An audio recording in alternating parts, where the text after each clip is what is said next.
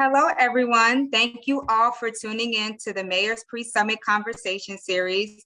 My name is Ayanna Clarence, and I'm the Program Manager for the DC Network for Expectant and Parenting Teens here at the DC Primary Care Association. On September 15th and 16th, Mayor Bowser will host the 4th National Maternal and Infant Health Summit. And we're so excited today to highlight the importance of creating a system that supports the health and well-being of young parents and their families in DC. For more information about the summit and to register, please visit dcmaternalhealth.com.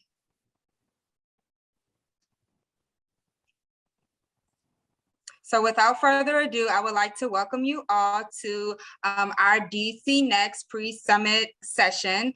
Today, we will be talking about the DC Network for Expectant and Parenting Teens, also known as DC Next.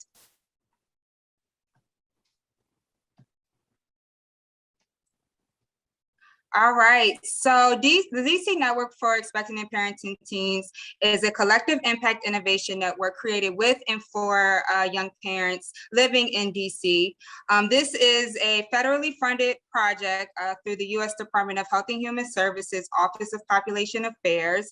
Our network is joined by 12 other networks across the country who are doing similar work in creating innovations to support optimal health and key priority populations across the country. As far as our work, we are comprised of several health agencies, government institutions, community-based organizations, all focused on supporting our young parents. Alrighty, so for today's session, I would like to introduce our panelists. Again, I'm Ayanna. I will be moderating today's session. We also have joining us Zilla Jackson-Wesley from Howard University, who serves on our leadership team, as well as Jaytoya Mangat as well, who is from Children's National, who's on our leadership team, Umu Lee, who is our program coordinator here at DCPCA, as well as Tatiana Bell, one of our wonderful context team members, who will also be on today. And for reference, when we say context team, we are referring to young parents who are working with us on this project.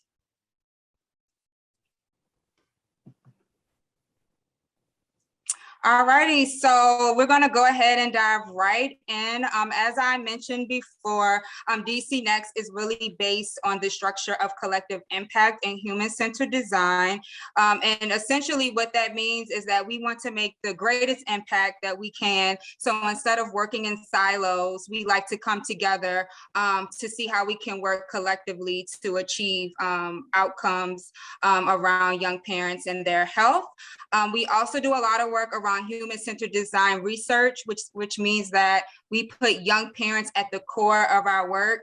Instead of us deciding what the problem is and finding a solution, we go out, we do research, we ask our young parents, what do they feel like the issues are? And then we work with them to discover and develop innovations. So my first question is for Zilla. What do you feel is the benefit of human-centered design and how we address the needs of young parents in DC?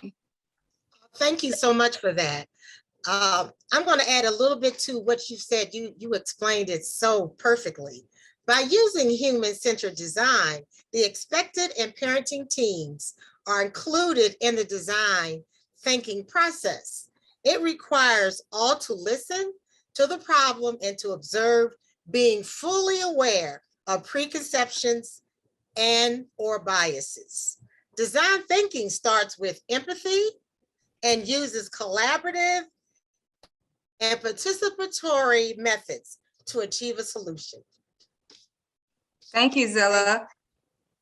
Is there anyone else who would add anything to that, Tatiana? Do you have any thoughts on like how, about the benefit of doing human-centered design research and addressing the needs of young parents? Yes, I feel like doing the designs, with the context team, we're able to put an input on certain things because we're teen moms or teen parents, and we understand like the things that some teen parents need. So like, for example, with Ms. Dilla earlier, I got asked the question about what kind of things, like far as daycare for teen parents and or like the resources. A lot of teen parents don't know about the resources, but from me knowing some of the resources, it helps because then I can give that information to the design team that I work with. Absolutely. I feel like you hit it right on the nail with that. Like we said, like by having young parents actually telling us, like you said, daycare and other, issues going on, by having you all at the core, it is ensuring that we as a network are achieving, like, we're being truly impactful, right? In achieving like the results that we want from the network. I'm going to shift it over to Umu. My question for you, I had mentioned earlier that, a lot of the work that we do around DC Next is really focused on this model and framework of collective impact. What do you feel is the benefit and importance of collective impact based on the work that we're doing with young parents? Right. So in this model or framework of collective impact, we're really looking for organizations to work together towards a common goal or a common theme or outcome. And so it's really important in the work of expectant parenting teams to have these organizations talk to each other so that they're sharing resources, consistently sharing information around each other, and making sure that they're not siloed and they're not working separately. We really want to uplift DC Next as a network, as something that district teams can go to and say, okay, you're a part of DC Next. I know that you're advocating for me. I know that you have my best. I know that you're looking to promote my optimal health. And so what we're doing with DC Next is hoping that these organizations can continue using collective impact and really put teens at the forefront of their work. Awesome. Zilla or Jaytoya, would you all add anything to that? I know, over the last year, we've been meeting monthly to kind of formalize different components of the collective impact work. Is there anything you would kind of add to what Umu is saying? I just think it's really wonderful the way the different concepts come up, and just to see things from different lenses and making it a really global impact for young and expected parents. And I would just add that working collectively like that too, it just helps restore some faith that whatever ideas come out, there are really going to be carried out, not just in our own little clinics, but throughout the city. So it really, really makes it much more impactful. And kind of getting into what you're saying, Jaytoya, about like this work being so impactful, why do you feel like, or how do you feel that the work that we're doing with DC Next is different from other projects that support expectant and parenting teens? Yeah, so as we kind of alluded to, the human-centered design process, even as a clinician researcher, was somewhat new to me and my team. And it seems now like so intuitive that like, wait, why weren't we doing it all along? But really, really having that context team there, going to the end users and forming something specifically for them with their input is so much helpful than like going through the whole research process, coming out with your design or end product, and then going back to figure out that it doesn't work. And then that's the end of it. All your years and times have gone to waste. So for anyone interested, I really encourage you to get like formal training on the human-centered design process, because again, some of it may be familiar just from research, but it really is a different experience. Similarly, working with other organizations throughout the city has been really, really helpful. We are used to just doing things in our little silos. So really, really getting that input from others under this process has been really important to us. I agree.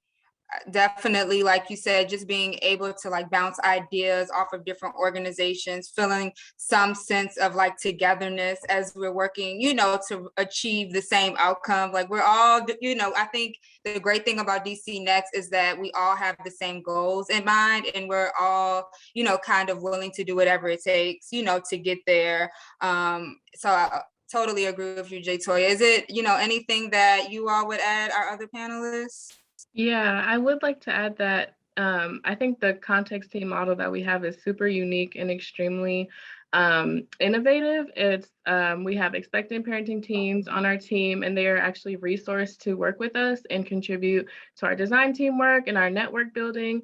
And so really uplifting them and just treating them as employees, like really using their experience and their education and their understanding of their own lives as expectant parenting teens has been super integral to our work and has really helped push us forward to our goals.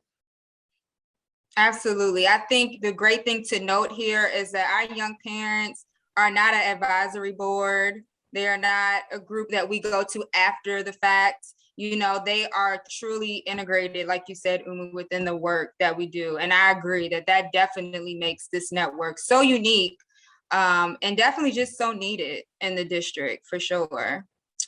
Tatiana, this question is for you. Can you tell us a little bit about why you chose to even get involved with DC Next? Yes, I got involved with DC Next because it was a program that was about helping expected and teen parents, and me being a teen parent and not having that help when I was, you know, when I first had my first child, it just excited me to join something that wanted to help other teen parents and expected parents. Absolutely. Totally agree. And I think that like you speaking to it says more than like the rest of us on the call. Like you even saying that, you know, is exactly, I think exactly what we're going for, exactly like the goal of the project. How about Umu, what do you feel like gets you excited about this work? You know, as the coordinator of DC Next, as one of the context team leads, what gets you excited? Well, a lot of things get me excited, but I will just point out, again, highlighting the context team, it's super exciting and fun to work with them. They have like really amazing stories. They've really persevered a lot and they're really extremely resilient. And so hearing their stories every day really uplifts me and allows me to keep going in this work and continue doing what I'm doing to support the network, because I know it's something that they're fighting for and they really want to help, as Tatiana said, teen parents to come. And so that's what makes me excited, just their willingness and their resilience and their just tenacity and want to continue doing this work for teen parents to come, not just themselves, is extremely enlightening. Yeah, and I think it's so rewarding to be in a space that really uplifts that teen parenting and promotes it, not promotes teen parenting so much, but promotes their voices. Because there are so many times, especially in clinics, like unfortunately people like look down and feel like they know better than them. But like in this space, you are the expert. Like this is, it's all about you. What you say is the expert voice, because we are designing for you and essentially helping future teen parents. And to add to that, it's so exciting because in a city like Washington, D.C., this is a power city, one of the most important cities in the world. And to make sure our teens and young people are empowered is huge for me, and it's exciting. And most of my career has been working with young people. So this is just, it's just a wonderful experience, and just to hear what they think and for their general involvement. So it's the best thing going on in DC right now. Love it. Agreed. Tatiana, what do you plan to accomplish within DC Next? So like, what are your hopes for DC Next? My hopes are to help make this program bigger than what it is, and to continue to help other expected and teen parents as much as we can. Yes, yes. How about Umu? I hope that organizations to come kind of adopt our model of collective impact and human-centered design and really seek solutions from the people that they're trying to help. I know that we're all about community all the time and we really want to help, especially in DC, but I think as mentioned before, it's easier to kind of tell people what they need instead of ask them what they need. So I do hope that our human-centered design model and collective impact thinking really becomes big in DC, and all organizations to come adopt that. Absolutely. Go ahead, I think, Zilla. I think that what Umu said is just the best point made, because we have to respect